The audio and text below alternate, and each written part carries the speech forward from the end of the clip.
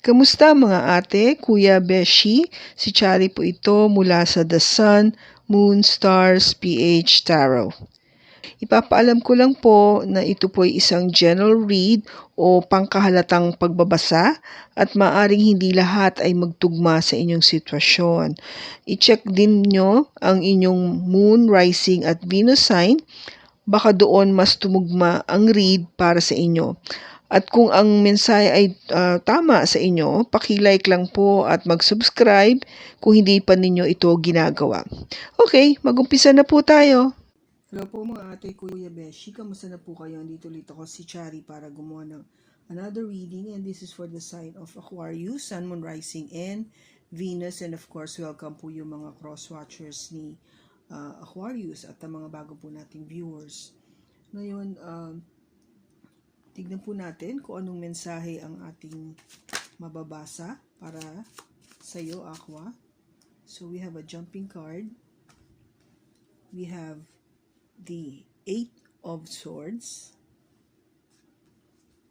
Crossing is the Chariot. And then we have the Hermit. We have the Ace of Swords, the 6 of Swords, the Queen of Cups,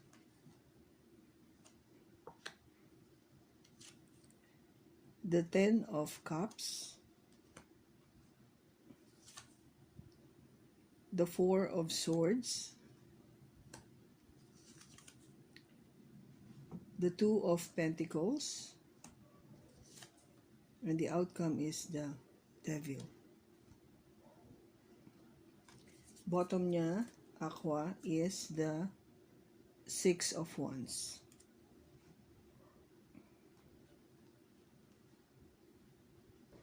Now, yung pinaka-heart of the matter natin dito, Aqua, is the 8 of Swords.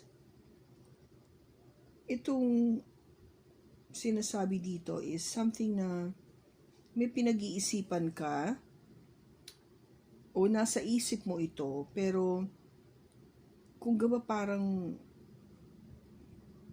meron kang hindi makita, something that is not clear, pero pinag-iisipan mo mabuti. Siguro dahil yung sinasabi dito is hindi mo tinitignan o ayaw mo makita yung katotohanan.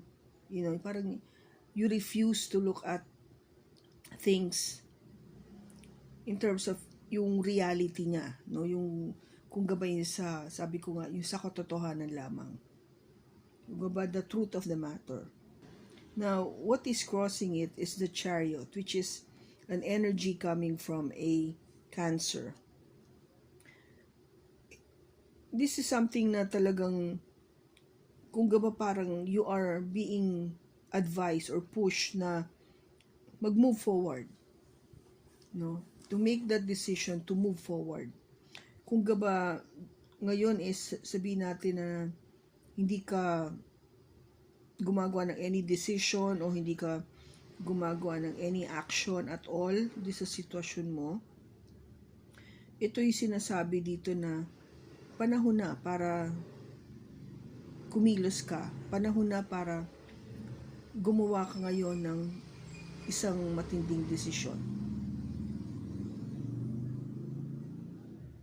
Ngayon, bakit ganon? Kasi nung nakaraan, in your past, no, with the energy of the Hermit, this is an energy coming from a Virgo. Binibigyan ka ng pagkakataon, no, ng maraming pagkakataon na pag-isipan mabuti itong nangyayari sa'yo. Itong sitwasyon na ini-experience mo ngayon. Kasi ito yung sabi natin na you need this quiet time, na yung tahimik na oras para sa sarili mo o i-seclude yung sarili mo Kung ba parang hindi ka makikipag-socialize muna kahit kanino, ikaw lang, no, on your own. Most of the time, parang kung ba nagkukulong ka sa kwarto, nag-iisip, nag-iisa, hindi ka muna nakikisama sa grupo, sa barkada, wala man ng outing, walang masyadong contact. Ang purpose mo rito kasi is talagang to meditate, to go within, magtanong sa iyong sarili, mag-isip kung ano ba talaga yung dapat kong gawin o maging decision ko sa aking hinaharap, sa aking future, or sa sitwasyon ko nga na aking ngayon na kailangang bigyan ko ng atensyon o pansin. Kasi yung focus mo rito is talagang all about relationship or love dito sa person na to. You are in love, no? Definitely in love ka dito sa person mo. And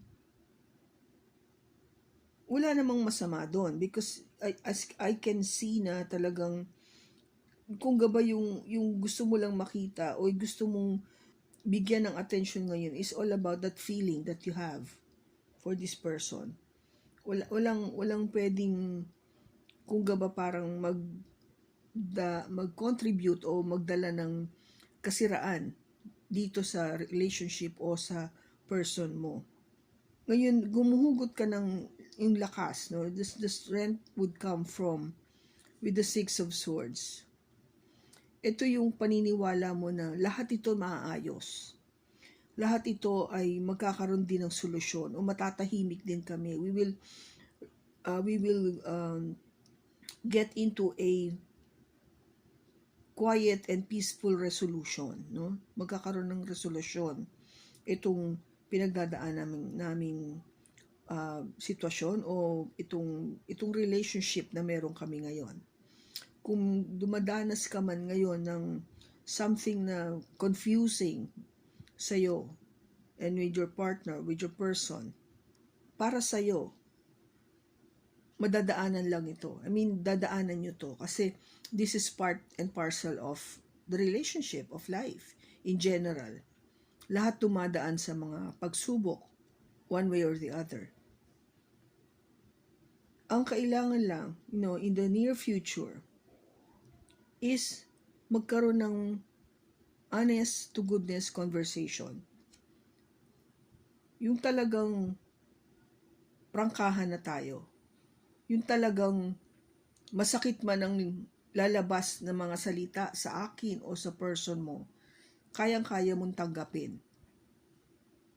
No? Kaya-kaya mong tanggapin o sabihin.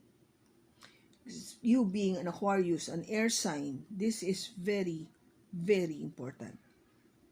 Okay? Kasi nga, ang air sign is all about communication.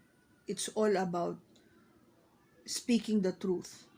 It's about letting people know exactly who you are. Yung real you, the real you. Hindi mo to ikukubli. Kasi hodang sabihin nila na ang lamig mo, ang tigas mo, yung ganon, you don't care. Kasi para sa'yo, pinapaalam mo lang yung ikaw, yung totoo. What's inside of you? What do you think? What's on your mind? You're not more of, sabihin natin, yung pagdating sa emotion, sinasantabi mo yan. Kasi pinapairal mo dito yung iyong isipan. Kasi pagdating sa emotion, alam mo na yun eh. You know it already. You felt that love already for your person. So, hindi na kina-question yun. It's more of yung the other side of the relationship, which is, ano ba to? Yung pagpasok ng trust, respect, di ba? Yun yung mga bagay na syempre, na-associate siya sa love. But it is not really love. It's more of really doing what is right. Diba? So, what is the advice, no? what you wanting talaga dito sa relationship na to is to reach this 10 of Cups, itong happy and successful relationship with your person. Maging masaya talaga kayong dalawa, no matter what. Pero ang nag-i-influence kasi sa pangyayaring ito is something that is asking you to take a rest. Magpahinga ka muna. Pag-isipan mo ito mabuti. Like just the hermit, Pag-isipan mo. Meditate. Think about it. Pray. Lalo na sa iyong pagtulog. Or take a breather. Huwag magmadali. Take it easy. Kasi what's your hope and fear is something to do with the Two of Pentacles na parang hindi ka pa sure, Hindi sure. There's nothing, kung gaba parang hindi balance Something is not being balanced dito sa relationship. As if you're feeling na parang merong kakalaban o kakompetensya or something that brings that imbalance sa relationship na to. Now, the outcome, because of that, is the Devil. Energy coming from a Capricorn. Now, itong energy na to is something na in a way very obsessive. Parang kung gabain na possess ka dito sa tao na to You feel that parang hindi ka mabubuhay kung wala siya. Parang ganun yung dating I mean, lahat-lahat kasi parang feeling mo siya na. But it is something that you have to think about with the Hermit and the Four of Swords na sure ka ba talaga na ito na? Siya na ba talaga? Kasi kung ba yung energy na binibigay dito is something that is not good. Something that is negative. Hindi siya maganda. So, yung outcome is something na hindi, alam mo yung magiging ending is not a happy one. Kasi nga, yung binibigay nitong energy is not pleasant. Okay? Hindi siya pleasant. Yung pleasure na binibigay nito may be something very superficial o mababaw lang. Hindi siya yung talagang pang malalim o pang matagalan. Hindi ito yung tinatawag na true love. The devil doesn't possesses that energy of a true love relationship. More of this is lust.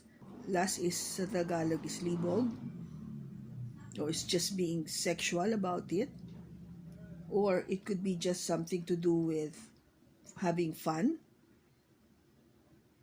Feel mo lang, Hindi siya yung talagang may love. Kaya, maybe that's why you're being asked to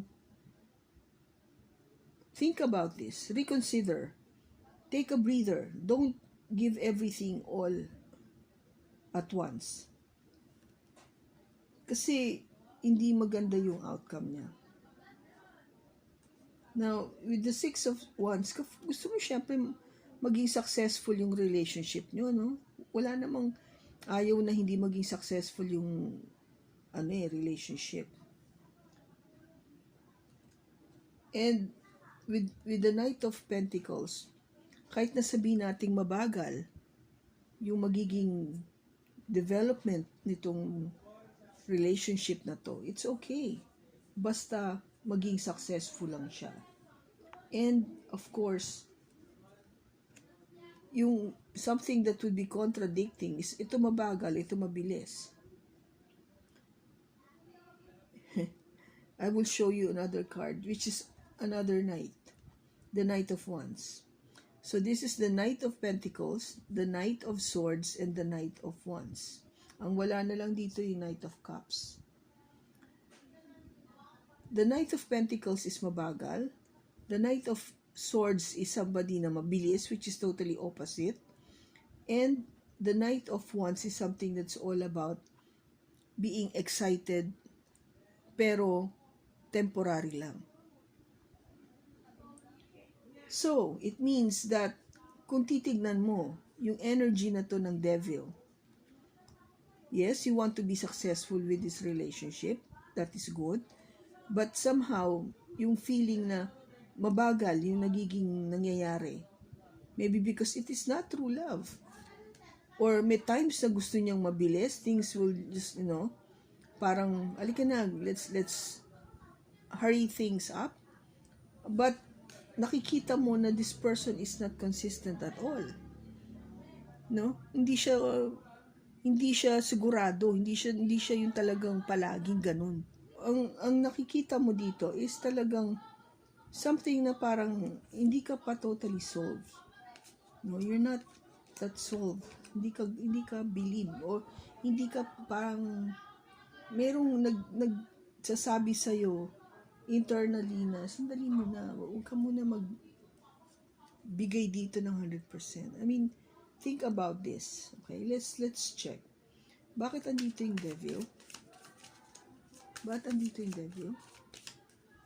So I have another card here. Bakit andito yung devil? We have the King of Pentacles, the Devil, again, and the Four of Cups. So, yung kinaklarify natin yung Devil dito. Bakit andito yung Devil? Because itong King of Pentacles is an earth sign, Taurus, Virgo, or Capricorn. This person might be in a relationship already, which is toxic. And kung bakit ganon is because yung love na ino-offer niya is something na alam mo yun na hindi dapat pansinin. Hindi dapat bigyan ng energy. So that's why ang outcome is something that is not good. Yes, di ba? Kasi ang King of Pentacles is somebody na who is stable, who is secure, and a family person. Kaya, kung titignan mo, toxic talaga, di ba? So, this energy is a toxic energy. Kung ba, mahirap pasukin. Kaya yung love na ino-offer is something that, you should be thinking about. Kasi kung titignan mo, baka magkaroon ka lang ng regrets later on kung itutuloy mo to. Okay? So, this is what I can see sa ngayon, Aquarius. What I'll do is, I'll continue the reading sa susunod, but sa ngayon ito muna. And then, abangan mo sa susunod na reading yung pinaka-continuation nito or ano yung magiging conclusion. Okay? So, sa ngayon, maraming salamat sa pagsama mo sa akin sa pagbasa na ito. Sa susunod po muli, ingat ka and God bless.